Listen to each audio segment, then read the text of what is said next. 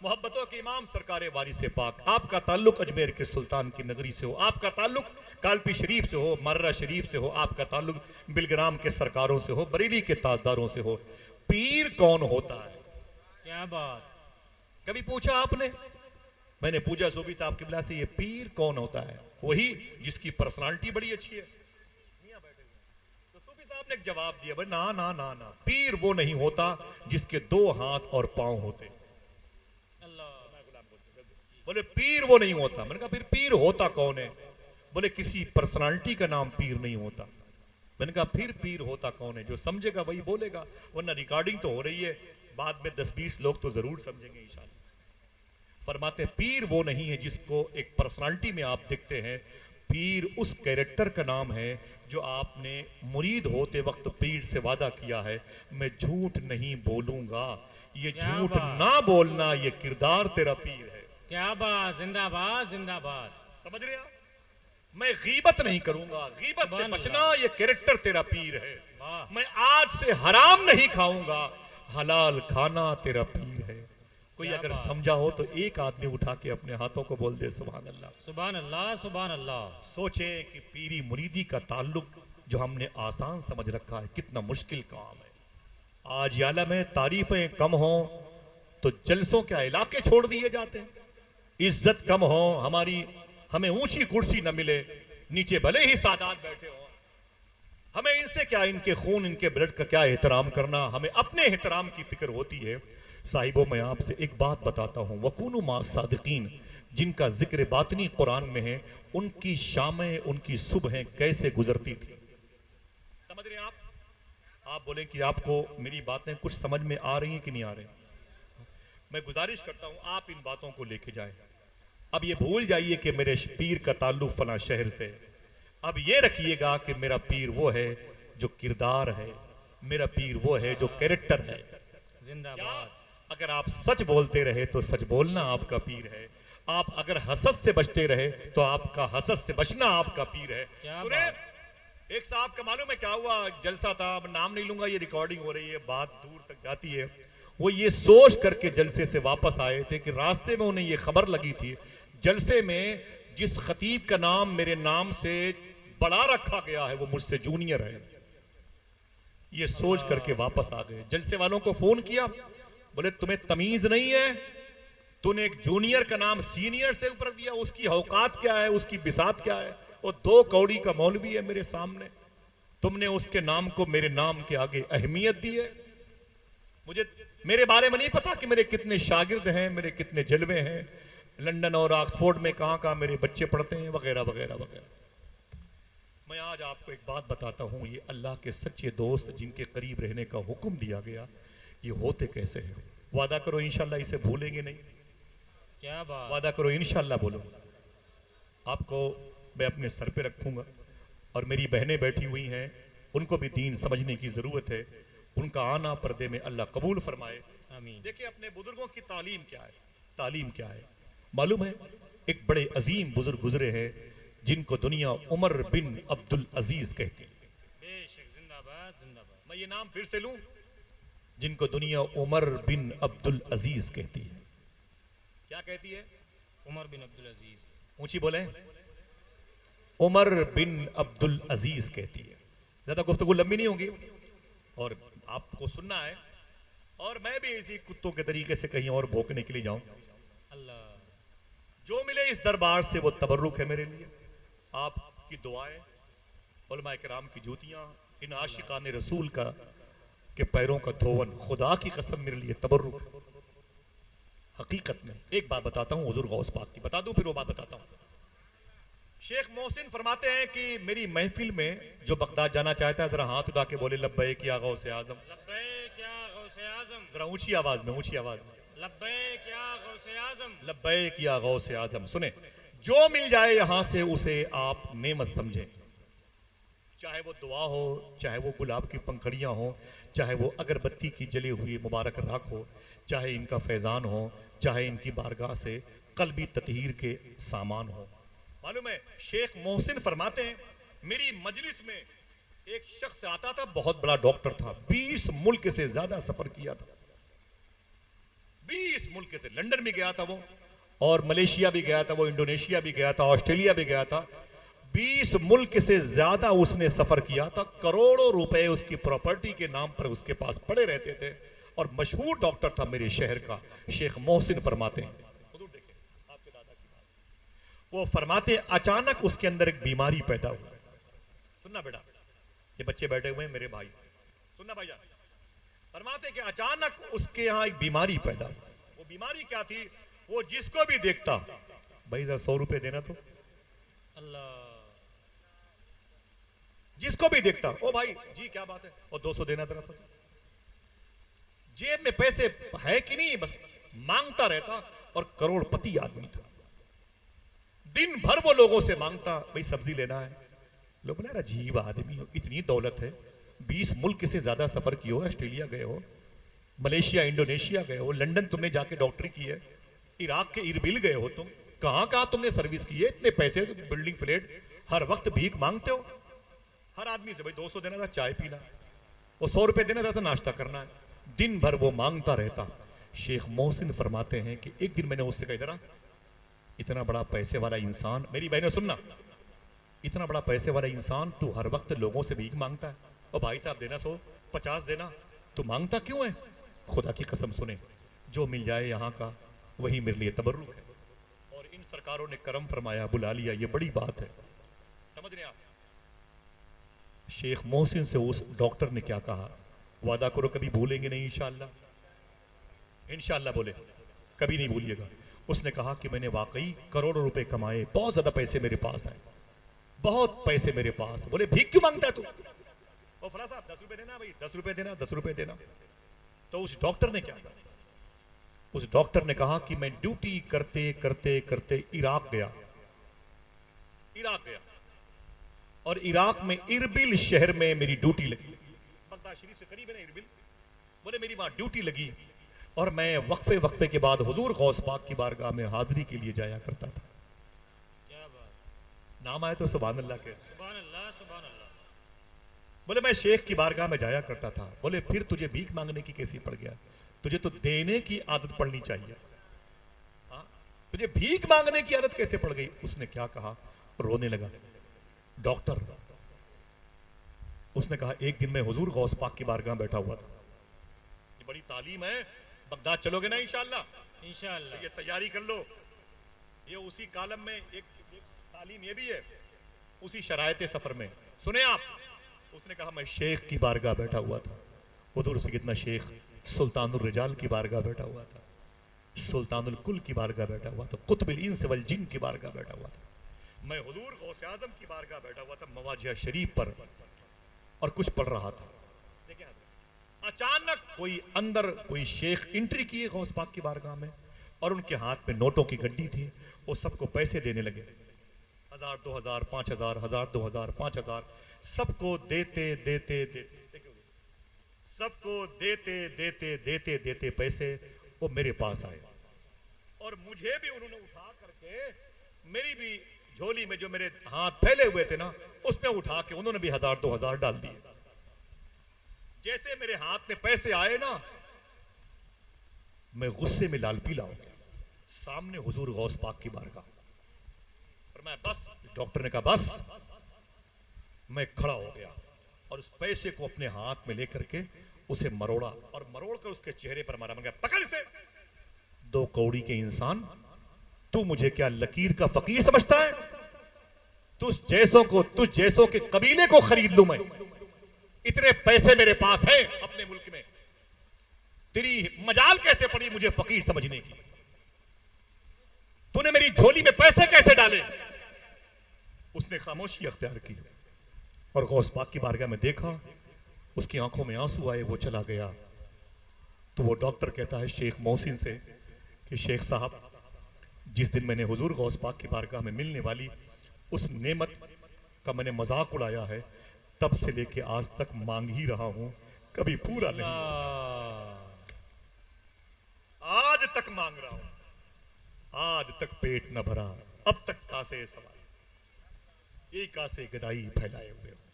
उसे क्या पता था कि ये बारगाह किसकी है? आला हजरत के मंझले भाई अल्लामा हसन कहते हैं, मशाइख जहां आए बहरे गदाई। क्या बात, वाह वाह वाह वाह वाह। मशाइख शयूख की बात की, अकबर बड़े लोग, मशाइख जहां आए बहरे गदाई, वो है तेरी दौलत सरा। क्या बात, जिंदाबाद जो मिले उसे गनीमत जानो। इंशाअल्लाह आपको यहां हाजिरी का वक्त मिला, इसे शुक्र की निगाह से देखें। हमारे यहाँ ट्रेजेडी है कि मकुन मा सादिकीन में जो शामिल हैं, जिनको समझते हैं, वो अपनी ही तारीफ करवाने पर तुले हुए, अपने ही अलकाबो आदाब पर वो एक दूसरे की जान लेने पे तुले हुए। हमारे यहाँ ये इस किस्म की परेशानी है। बैठ गए तो इन उलमा किराम की कलील तनख्वाहों का मजाक उड़ाना हमारी सिरिश्त में दाखिल है। सादात किराम के हसब नसब पर बहस करना ये हमारे मिजाज में दाखिल है। आप जैसों को अपने मुकाबले में जाहिल और कमतर समझना माज़ अल्लाह रब्बिल आलमीन हमारा वतीरा बनता जा रहा है। मैं एक बात कहता हूं, बात खत्म, मुझे इजाजत दीजिएगा। गुफ्तगू भी होगी इसके बाद और शायरी भी समाप्त कीजिएगा। तरन्नुम और तहत में भी बरकत आपको मिलेगी इंशाअल्लाह। जब हमारे दिल से अना और तकब्बुर का जरासीम खत्म जब तक नहीं होगा, हमें बुजुर्गों की बारगाह से फैज़ नहीं मिलेगा। और वकुन मा सादिकीन पे रहने वाले जितने लोग हैं वो हमें देना भी चाहेंगे तो पर्दे लग जाएंगे। आइए एक बात करता हूं, बात इसी पे खत्म। नाम है उमर बिन अब्दुल अजीज का। ये नाम कोई और ले, नाम क्या लिया मैंने? हजरते उमर बिन अब्दुल अजीज का मैंने नाम लिया। मालूम है कौन है? वो प्रधान जी नहीं है भाई, बीडीसी नहीं है, ये विधायक और संसद नहीं है, ये कोयला मंत्री नहीं है, समझ रहे हैं आप? ना ना ना, बहुत छोटी पोस्ट है। ये गवर्नर थे, इनके बाप गवर्नर थे। इनकी शादी जिस अजीम शख्स की बेटी से हुई वो दुनिया का सबसे बड़ा बादशाह, उसका बाप बहुत अजीम बादशाह, उसका बाप बहुत अजीम बादशाह। ये अलग बात है कि उनके कैरेक्टर से हम मुतासिर नहीं हैं और मुत्तफिक नहीं हैं और डंके की चोट पर कहते हैं, समझ रहे हैं आप? उनके ससुर और बाप के बाप की बात करता हूं। उमर बिन अब्दुल अजीज की नालैन की बरकतें मेरे सर का ताज। एक औरत इनसे मिलने के लिए गई जब ये गवर्नर नहीं थे बसरा के, दुनिया के सबसे बड़े पीएम थे। तकरीबन 100 से ज्यादा मुल्कों पे इनकी हुकूमत के सिक्के राइज थे। इतना बड़ा बादशाह जिसे उमर बिन अब्दुल अजीज कहा जाता है, इनसे मिलने के लिए एक औरत गई बगदाद शरीफ से। बेटे सुनो, बेटे सुनो, बहुत बहुत शुक्रिया बेटे, मोहब्बत से कह दो सुभान अल्लाह। सुभान अल्लाह, अल्लाह सुभान मेरे बच्चों को अल्लाह। सलामत रखे। तवज्जो रखना बेटा, ना ना ना ना, मोबाइल नहीं बेटा, तुम ना हो तो हमें कौन जाने। तुम्हारी वजह से तो लोग शायर आजम बन जाते हैं, तुम्हारी वजह से लोग खतीब आजम बन जाते हैं। अगर आप लोग न सुनोगे हमें तो हमें कौन पहचानेगा, समझ रहे हैं? ये औरत गई बगदाद शरीफ से और जाकर के इसने दमिश्क में पूछा, यहाँ मुसलमानों का दुनिया का सबसे बड़ा बादशाह रहता कहाँ है, उसका महल कहाँ है? तो लोगों ने कहा मुसलमानों का सबसे बड़ा बादशाह महलों में नहीं, आशिकों के दिलों में रहता है। जिंदाबाद जिंदाबाद।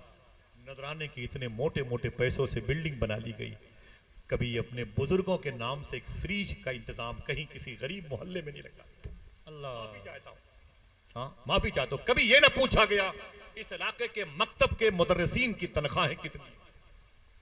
कभी यह ना पूछा गया कि उस मस्जिद में अब तक कूलर क्यों नहीं लगा, उसमें पंखे क्यों नहीं लगे, उसके मीनार अब तक क्यों महरूम है वहां तक पहुंचने से। ये नहीं पूछा गया। बात की गई तो अपनी की गई और अपनों की गई। अल्लाह अकबर, अल्लाह अकबर। काश हमें आला हजरत सरकार का सही मसलक पढ़ने को मिल गया होता। क्या बात। समझ रहे हैं आप? ये दिल की एक ऐसी कुर्सियां हैं जो बाहर निकलती कभी कभी, ज्यादा मैं इस पर बात नहीं करता। उमर बिन अब्दुल अजीज किधर रहता है, उसका महल कहाँ है? लोगों ने कहा वो महल में नहीं दिलों में रहता है। कहा मुझे उससे मिलना है, आखिर उसका घर का पता क्या है? तो लोगों ने मालूम क्या कहा, चले जाओ ऐ औरत, चली जा, सीधे चली जा, जिस घर के दरवाजे पर पर्दा भी ना होगा, दरवाजा टूटा हुआ होगा, यकीन करना कि वही घर इस वक्त के सबसे बड़े बादशाह उमर बिन अब्दुल अजीज का है। अल्लाह। औरत गई तो उसने देखा वो पोसीदा, वो पटा हुआ, ये वो दस्तक दी तो एक औरत निकल के आई। कहा क्या बात है? कहा मैं बगदाद शरीफ इराक से आई हूँ और बादशाह से मुझे मिलना है। उस औरत ने कहा बैठ जाओ। उसने नाश्ता दिया और वो औरत बैठी रही। जो पहले बैठी थी औरत, वो बिस्तर सिल रही थी, बिस्तर को टांक रही थी। बिस्तर को टांक रही थी। इसने उसे देखा, कहा आप कौन हैं? कहा इससे क्या मतलब, आपका काम क्या है? बोले मैं बड़ी गरीब औरत हूं, मुझे बादशाह वक्त से मिलना है। कहा बैठ जाओ, अभी वो आते होंगे, अभी आते होंगे। थोड़ी देर के बाद उस घर में एक बुजुर्ग दाखिल हुए जिनकी दाढ़ी के सारे बाल सफेद हो चुके थे। सलाम किया और सलाम करने के बाद आंगन में गए, एक कुआं था, पानी निकाला और निकालने के बाद मिट्टी खोदी और मिट्टी और पानी की खमीर बनाए, उसे गूंधा और गूंधने के बाद उसे अपने एक बर्तन में रखा, उस मिट्टी को, और अपने हाथों से दीवारों पर लेप लगाने लगे।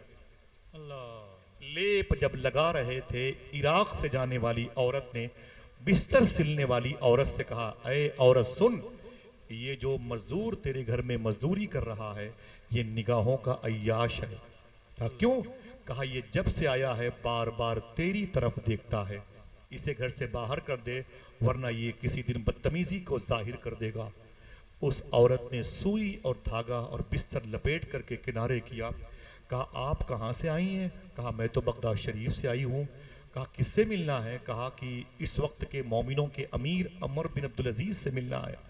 कहा अभी आपने क्या कहा? कहा मैंने कहा ये मजदूर तायुश परस्त है, अय्याश है निगाहों का, बार बार ये तेरी तरफ ताकता है, देखता है, तेरी तरफ ये बार बार कनखियों से देख रहा है, ये इसकी नजरें सही नहीं, ये अय्याश है मजदूर।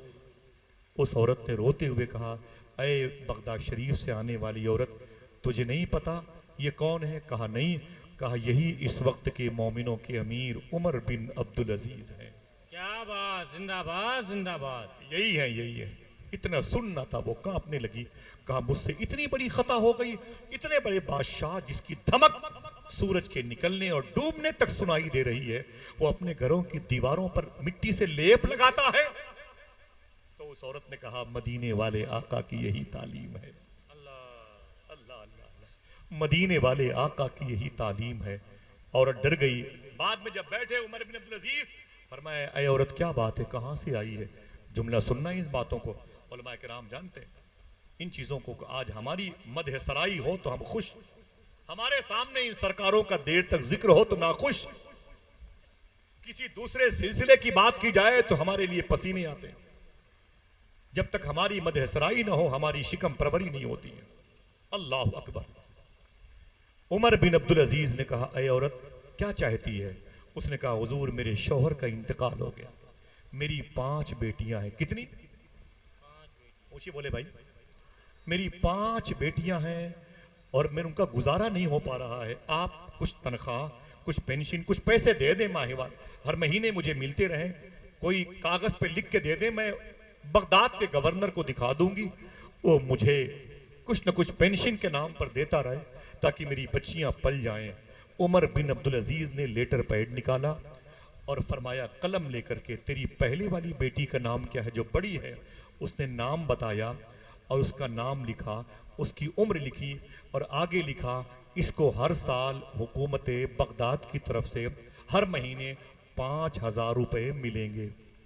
मिसाल के तौर पर, इतने मिसाल के तौर पर इसे 5,000 हर महीने मिलेंगे। तो उस औरत ने क्या कहा? अपने दामन को उठाया, कहा अय अल्लाह तेरा शुक्र है। क्या कहा? आवाज नहीं आई। अय अल्लाह तेरा शुक्र है। उमर बिन अब्दुल अजीज ने कहा तेरी दूसरी बेटी? कहा वो तकरीबन 16 साल की है। कहा उसका नाम क्या है? नाम लिखा, उम्र लिखी।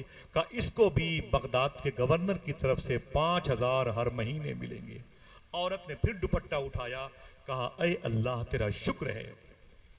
फिर उमर बिन अब्दुल अजीज ने कहा तीसरी बेटी? उसने कहा उसका नाम यह है, उसकी उम्र तकरीबन 13 साल की है। उमर बिन अब्दुल अजीज ने उसका भी नाम लिखा, उम्र लिखी। कहा इसे भी हुकूमत बगदाद की तरफ से 4,000 हर महीने मिलेंगे। उस औरत ने फिर कहा अय अल्लाह तेरा शुक्र। क्या बात, जब चौथी बेटी की बात आई, वो बोले 9 साल की है, बोले उसे भी हुकूमत बगदाद हर महीने 4,000 रुपए देगी। फिर औरत ने कहा अय अल्लाह तेरा शुक्र है। 4 मरतबे जब अपनी बच्चियों की तनख्वाह देखी हर महीने की मिलने वाली, उस औरत ने क्या कहा? हाथ उठा के बताएं। माशाअल्लाह, अल्लाह मेरे भाइयों को सलामत रखे। फिर से बोले अल्लाह तेरा क्या कहा?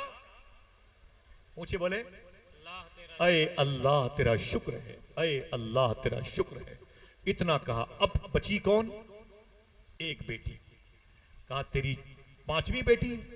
उसने कहा हुजूर उसका नाम ये है। उम्र कितनी है? कहा 6 साल है। जैसे उमर बिन अब्दुल अजीज उस 6 साल की पांचवी छोटी बच्ची की सैलरी, तनख्वाह यानी उसकी पेंशन लिखने वाले थे कि इसे भी मिसाल के तौर पर हर महीने 3000 मिलेंगे, जैसे लिखने वाले थे उस औरत का लहजा बदल गया। हर मर्तबे उसने क्या कहा? अय अल्लाह तेरा शुक्र है। बहुत बहुत शुक्रिया। बोलो भाई क्या कहा? अय अल्लाह तेरा शुक्र है। 4 मर्तबे उसने यही कहा, अय अल्लाह तेरा शुक्र है। लेकिन जब 5वीं मर्तबे बेटी को पैसे की रकम को फिक्स करते हुए देखा उस औरत ने, तो उस औरत की जबान से निकल गया, अय उमर बिन अब्दुल अजीज आपका बहुत बहुत शुक्रिया। वो भूल गई क्या कहना था। अय अल्लाह तेरा शुक्र पढ़े है। लिखे लोग हैं, ऊंची बोले क्या कहना था। उस जबान से क्या निकला? आपका बहुत बहुत शुक्रिया। अय उमर आपका बहुत बहुत शुक्रिया। इतना सुनना था कि उमर बिन अब्दुल अजीज ने 5वीं बेटी को जो पैसा लिख रहे थे, लिखने वाले थे, उसे काट दिया। फरमाया औरत सुन, उमर तेरी 5वीं बेटी के लिए 1 रुपया भी नहीं देगा। अपनी इन 4 बेटियों से कहना कि अपनी तनख्वाहों से, अपनी सैलरी से मिलने वाली रकम अपनी 5वीं बहन को दे, ताकि उसका भी खर्चा पूरा होता रहे। मैं तेरी 5वीं बेटी को कुछ भी नहीं दे सकता। उस औरत ने कहा हुजूर नाराज क्यों हो गए? क्या बात। उस औरत ने कहा कि हुजूर आप नाराज क्यों हो गए? तो उमर बिन अब्दुल अजीज रोने लगे। खुदा की कसम एक जुमला है, कैसे होते हैं वकूनु मा सादिकीन के जुमरे में रहने वाले। क्या बात। आपने फरमाया ऐ औरत सुन, ये जो कलम चल रहा है उमर बिन अब्दुल अजीज का, ये उमर के इशारे पर नहीं खुदा के हुक्म से चल रहा है। जिंदाबाद जिंदाबाद। सुभान तूने अल्लाह। 4 मर्तबे कहा ऐ अल्लाह तेरा शुक्र है, तो मेरा कलम भी आगे चलता रहा।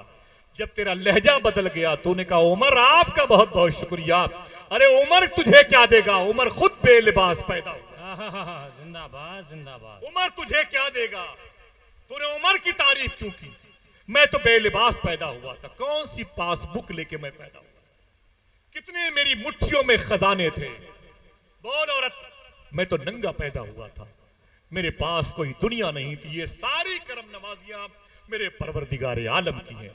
ये बता तूने उस रब की शुक्र की अदायगी से पहले तूने मेरा नाम क्यों लिया? इस बात पर मुझे अफसोस है। जा, तुझे मैं 5वीं बेटी तेरी जाए ना, उसे कुछ नहीं दे सकता। जा निकल जा मेरे सामने से। तूने मुझे डिस्टर्ब कर दिया। तूने खुदा के होते हुए उमर की तारीफ क्यों की? अल्लाह अकबर। औरत ने कहा माफी चाहती हूं। बगदाद वापस आ गई, बगदाद के गवर्नर के पास गई और अपना खत दिखाया। कहा हुजूर ये खत है। कहा खत देखा तो मोहर लगी थी उमर बिन अब्दुल अजीज की। जब गवर्नर ने देखा उस खत को तो उसकी आंख में आंसू। फरमाया आप रोते क्यों हैं? कहा ये खत तो ओरिजिनल है, मोहर ओरिजिनल है, ये बता इसे लाया कौन है? उस औरत ने कहा मेरे पैरों के छालों से पूछो। मैंने सफर किया है मुल्क शाम का, दमिश्क में गई थी और मैंने जा करके वहां उमर बिन अब्दुल अजीज से मुलाकात की और मेरी 4 बच्चियों की सैलरी हर महीने की लिखी उन्होंने। क्या दिक्कत है? डुप्लीकेट है? तो गवर्नर ने कहा नहीं, खुदा की कसम ये सच्ची रिपोर्ट है, मोहर भी सच्ची है और ये लेटर पैड भी सच्चा है। लेकिन ऐ औरत तुझे पता नहीं है, जिस उमर बिन अब्दुल अजीज से तू मिल के आई है उसका दमिश्क में इंतकाल हो गया। उस औरत ने कहा इसका मतलब मुझे पैसे नहीं मिलेंगे। उस गवर्नर ने कहा उमर का इंतकाल हुआ है, उमर के फैसले का इंतकाल नहीं। जिंदाबाद जिंदाबाद। सुन औरत, जब तक मैं नहीं, मेरे रब का करम इस शहर पर गालिब है और हावी है। इंशाल्लाह तेरी बच्चियों की परवरिश के लिए हुकूमत बगदाद खर्च पे खर्च देती रहेगी। अल्लाह अकबर। लेकिन जब उस माजरे को सुनाया ना, तो गवर्नर बगदाद भी बहुत रोया था। ऐ उमर तेरी जुर्रत को सलाम, ऐ उमर तेरी इनकिसारी को सलाम, ऐ उमर तेरी तुराबी सिफत को सलाम। इतना बड़ा होकर के तो कितना छोटा बनता था, लोग छोटे होकर के इतना बड़ा बनते थे। मैंने सोचा जरा सा देखूं उमर के अंदर इतना बड़ा जज्बा कैसे पैदा हुआ। एक जुमला है बस। ये मेरी माँ बहनें बैठी हैं, उनकी भी जिम्मेदारियां हैं। आप शहर से बाहर रहते हैं, अपने घर से बाहर रहते हैं, घरों का निजाम ये बहनें संभालती हैं। मैंने सोचा कि जब औलादें नेक हों तो उसका बेस पता चला माँ बाप नेक होते हैं। औलादें आवारा हो तो सूफी साहब कहते हैं दस्तरखान पर गौर करो, कहीं से कोई हराम लुकमा तो नहीं आ रहा। अल्लाह। जब मैंने उमर बिन अब्दुल अजीज की हिस्ट्री पढ़ी तो मुझे 1 मिनट में एक बात बताने की नौबत आई कि इसी नाम के एक बुजुर्ग जमीन पर गुजरे हैं जिनको खलीफे दोयम हजरत उमर फारूक आजम कहा जाता है। जिंदाबाद जिंदाबाद। अगर कोई इनसे वाकिफ है तो सुभान अल्लाह तो कह दे। सुभान अल्लाह सुभान अल्लाह। अगर किसी को इस नाम से तकलीफ है तो उसकी तकलीफ में इजाफा हो, कम से कम ये सोच के सुभान अल्लाह कह दे। सुभान अल्लाह। उमर का नाम आए, शेखैन का नाम आए, उस्मानो अली का नाम आए, हसनैन करीमैन का नाम आए, जनाबे हजरत अमीर मुआविया का नाम आए तो तलब जाया करो। हमारे इश्क की अलामतें हैं, हमें सादात के खरानों से ये मुबारक आवाज़ें मिली हैं। मैंने कहा देखूं उमर के अंदर ये जज्बा कैसे पैदा हुआ, तो पता चला कि एक नाम के दूसरे सहाबी हैं उमर फारूक आजम, जिनके बारे में हुजूर ने एक जुमला कहा था, काश कोई है जो सुभान अल्लाह बोले, ऐ लोगो जब नेकों की बात करना तो मेरी उम्र की बात जरूर करना। क्या बात। एक जुमला बात खत्म। उमर फारूक आजम इतने बड़े मुसलमानों के पीएम थे, इतने बड़े पीएम थे कि तकरीबन 1200 शहर इनके दौर में फतेह हुए थे। क्या बात। 1200 शहर पर इस्लामी झंडा लहराने वाले, दुनिया की 2 बड़ी सुपर पावर हुकूमतों को जेरे कदम करने वाले उमर फारूक आजम की आदत थी रातों को अपना होलिया बदल के मदीने के गली कूचों से गुजरा करते थे और घरों के अंदर कान लगा के दरवाजों से निकलने वाली आवाजों को सुना करते थे। कोई बूढ़ा दवा के लिए तो नहीं रो रहा है, कोई बूढ़ी औरत इलाज के लिए तो परेशान नहीं है, कोई बहन डिलीवरी पोजीशन में तो नहीं है, कोई बच्चा माँ का दूध नहीं पाके रो तो नहीं रहा है, किसी औरत की चीख तो नहीं बुलंद हो रही है। उमर फारूक आजम मदीने के दरवाजों से कान लगा लगा के आगे बढ़ते थे। सुन मेरी बहन, एक दिन एक दरवाजे के करीब से गुजरे तो अंदर एक औरत अपनी बेटी से कह रही थी, अरे बेटी सुबह होने वाली है, दूध में पानी मिला दे, दूध में पानी मिला दे। उस लड़की ने अपनी माँ से कहा, अम्मी दूध में पानी नहीं मिलाऊंगी। कहा क्यों? कहा उमर फारूक आजम ने मना किया है। कोई एक आदमी बोले उस वक्त उमर फारूक आजम कहाँ थे? उस वक्त उमर फारूक आजम कहाँ थे? क्या बात। दरवाजे पर खड़े हुए और कान लगा के अंदर की जो आवाज थी उसे समाप्त कर रहे हैं। औरत ने कहा बेटी उठ, दूध में पानी मिला दे। बेटी ने कहा ना ना ना ना ना ना, उमर फारूक आजम ने मना किया, दूध में पानी मत मिलाना। उस औरत ने कहा कि क्या उमर देख रहा है क्या? अब देखना कौन कौन सुभान अल्लाह कहता है। उस औरत ने कहा बेटी क्या उमर देख रहा है क्या? तो उस लड़की ने कहा उमर नहीं देख रहा है, उमर का खुदा तो देख रहा है। हाय हाय हाय, जिंदाबाद जिंदाबाद। काश ये जज्बा हमारे अंदर भी पैदा हो। हम वहां भी या दयाबना की बात नहीं करते, समझ रहे हैं आप? हम उनकी बात नहीं कर रहे हैं, बात उनसे हो रही है और उनकी हो रही है जो इस एतिकाद को फॉलो करते थे कि हम इल्म गैब रसूल के कायल हैं। क्या बात। हम डंके की चोट पर लगाते नारा हम हुजूर के इल्म गैब के कायल हैं। लेकिन अफसोस की बात है कि जब बंद कमरे में जाते हैं तो खिड़कियों के पर्दे कई मरतबे दुरुस्त करते हैं, दरवाजे की कुंडी को कई मरतबे बंद करते हैं कि कोई देख तो नहीं रहा है, कोई झांक तो नहीं रहा है। फिर हमारे मोबाइल में गाने बजानों की फिल्में चलती हैं। सूफी साहब फरमाते हैं उस वक्त तुम्हारा अकीदा कहाँ चला जाता है कि हुजूर को गैब की खबर है। समझ रहे आप? मेरी बात समझ रहे हैं? काश वो अकीदा हमारी तन्हाइयों खिलवत कदे तक जाए। आमीन कह दो इंशाअल्लाह। आमीन। लड़की ने क्या कहा? उमर नहीं देख रहा है, उमर का खुदा तो देख रहा है।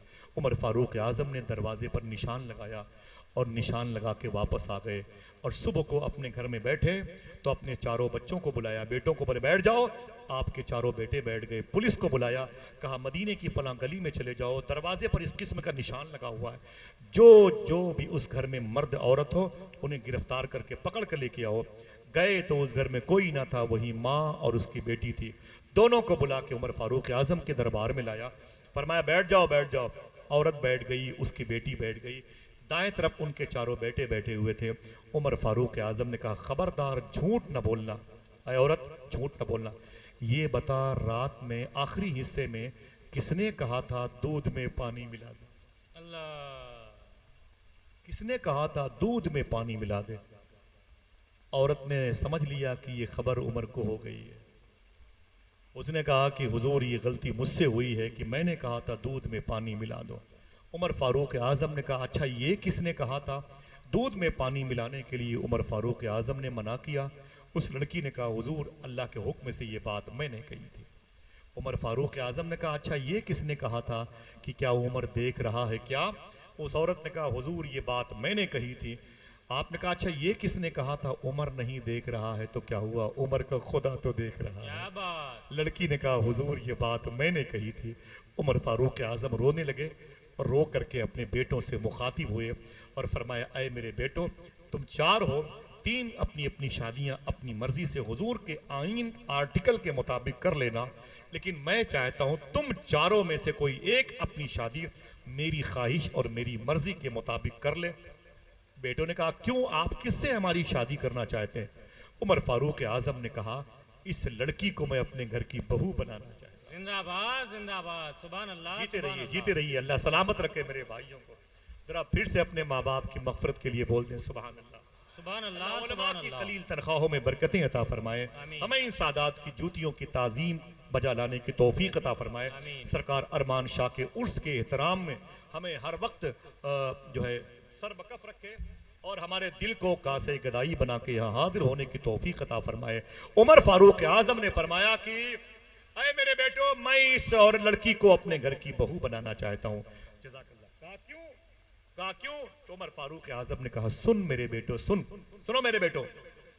आपने फरमाया जिस लड़की के दिल में अल्लाह का इतना डर पाया जाए, मेरा दिल कहता है उसकी औलादें भी अल्लाह का वली बन के पैदा हो, क्या बात। जिंदाबाद जिंदाबाद। उसकी औलादें भी विलायत खास के मकाम पर होंगी।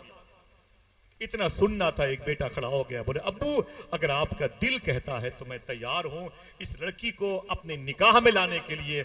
ये मेरी जौजा बनेगी, मैं इसका ज़व्वज बनूंगा। ये मेरी बीवी बनेगी, मैं इसका शौहर बनूंगा। ये मेरी वाइफ बनेगी, मैं इसका हस्बैंड बनूंगा। अगर आप इजाजत दे तो मैं तैयार हूं। उसी महफिल में उमर फारूक आजम ने उस लड़की को अपने बेटे के निकाह में दिया, अपनी बहू बनाया। अगर दिल कहे तो अब बोलना, उसी लड़की की तीसरी नस्ल जब पैदा हुई, दुनिया उसी को उमर बिन अब्दुल अजीज के नाम से जानती है। जिंदाबाद जिंदाबाद, सुभान अल्लाह। सुभान समझ रहे हैं आप? जो वकूनु मा सादिकीन के जुमरे में नजर आए। क्या अल्लाह कहता है बात। सच्चों के साथ हो जाओ। इन सच्चों के साथ रहोगे तो रहने का तरीका, इनकी किताबें पढ़ें, आप इनका लिटरेचर पढ़ें, सुन्नी उलमा से बयानात समात करें और इनके करीब आएँ। अपने घरों की तरबियत पर अपने बच्चों को आवारा न होने दें। मजहबी तालीम थोड़ी सी दें। दरमियान से कोई एक आदमी लगाए नारा और एक आदमी जवाब दे। क्या बात। दरमियान का मतलब समझते हैं? खड़े होके लगाएं, खड़े होके भाई, खड़े होके लगाएं। माशाअल्लाह। जरा हाथों को उठा के जवाब दीजिए।